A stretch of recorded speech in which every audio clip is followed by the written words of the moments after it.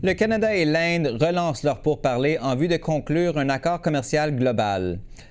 L'annonce a été faite après une rencontre bilatérale entre le premier ministre Mark Carney et son homologue indien Narendra Modi en marge du sommet du G20 en Afrique du Sud. Le Canada et l'Inde avaient lancé ces négociations il y a 15 ans avant de les recentrer sur des secteurs précis. Puis, en 2023, Ottawa a suspendu les discussions après avoir accusé publiquement l'Inde d'être derrière l'assassinat d'un militant sikh en sol canadien. Pour analyser ce que l'on peut attendre de cette reprise des pourparlers, je reçois Jeff Nankervis, président directeur général de la Fondation Asie-Pacifique du Canada. Bonsoir, M. Nankervis. Bonsoir. Alors, le gouvernement Carney aimerait doubler les échanges commerciaux avec l'Inde pour atteindre 70 milliards de dollars d'ici 2030. Quelles sont les chances que cette fois-ci, les pourparlers aboutissent à une entente? C'est difficile à prédire exactement, mais je crois que les chances maintenant sont beaucoup mieux qu'auparavant. Ça fait, comme vous avez dit, déjà 15 ans depuis qu'on a commencé à négocier un accord de libre-échange. Mais maintenant, c'est une chance pour un nouveau commencement et les conditions pour les deux côtés ne sont pas les mêmes qu'auparavant. Les États-Unis, on le sait, viennent d'imposer un droit de douane de 50 sur les produits indiens ou des produits indiens, alors que le Canada cherche clairement de nouveaux débouchés en réponse au protectionnisme américain. Quel rôle est-ce que l'Inde pourrait-elle jouer dans ces efforts du Canada? Potentiellement un rôle très, très, très important parce que l'Inde, c'est l'économie de grande échelle qui maintenant a une croissance, c'est la plus vite croissance, la plus grande croissance, le taux de croissance le plus élevé au monde pour une économie large. Alors, comme ça, si on ajoute l'élément que la moyenne classe en Inde, ça s'accroît d'un an à l'autre aussi à un taux qu'on ne voit pas ailleurs au monde. Alors, le potentiel est énorme. Les défis sont aussi pas petits, mais il y a plusieurs domaines où les complémentarités entre les deux économies sont tellement prometteuses que ça donne de l'optimisme. Et sur le côté de l'Inde, il y a une motivation maintenant, que peut-être n'était pas le cas, ça fait 10, 15 ans, la motivation de diversifier ses propres liens de commerce et d'investissement. Évidemment, c'est le cas pour le Canada, mais il faut souligner que c'est le cas aujourd'hui pour l'Inde. Et ça donne probablement un plus de flexibilité chez le côté indien dans les négociations.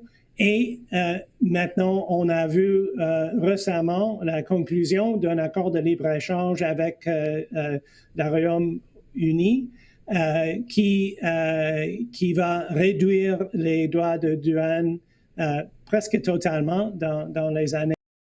Alors, ça donne de l'espoir pour le Canada parce que l'Inde, c'est une économie avec les taux de droits de douane parmi les plus élevés au monde actuellement. Alors, il y a beaucoup de potentiel. Vous avez évoqué les défis dans la relation. Évidemment, on le sait, les relations diplomatiques entre le Canada et l'Inde se sont gravement détériorées après l'assassinat du militant sikh Hardeep Singh Nijjar en 2023. Ottawa a accusé le gouvernement Modi d'être derrière le meurtre et les deux pays ont expulsé des diplomates. Comment est-ce que vous expliquez alors la volonté actuelle des deux gouvernements, du Canada et de l'Inde, de mettre cet épisode de côté? Je crois qu'il s'agit d'une reconnaissance des des intérêts plus larges nationaux. Sur le plan économique, pour le Canada, le Premier ministre Carney a souligné parmi plusieurs actions récemment sa volonté de mettre l'emphase plutôt sur l'économie que sur les questions de valeurs canadiennes des droits humains. Ça ne veut pas dire qu'il faut les négliger totalement, mais question d'emphase. Et cela a changé. Mais en même temps, il faut reconnaître qu'un élément de cet relancement des relations diplomatiques et l'établissement des canaux pour les autorités judiciaires pour qu'eux, ils ont des canaux de discussion, de communication sur les matières en ce qui concerne la justice et la justice criminelle dans ce cas-là. Et pour les deux gouvernements maintenant ont noté que l'existence de ces canaux, de ce mécanisme, laisse au gouvernement de poursuivre les autres intérêts communs. Juste en terminant, il nous reste seulement malheureusement 30 secondes, mais on le sait que l'Inde a été la principale source d'étudiants étrangers au Canada au cours de la dernière décennie. Ottawa a maintenant réduit les admissions, notamment en raison de la crise du logement. Comment est-ce que ce dossier pourrait influencer les pourparlers selon vous?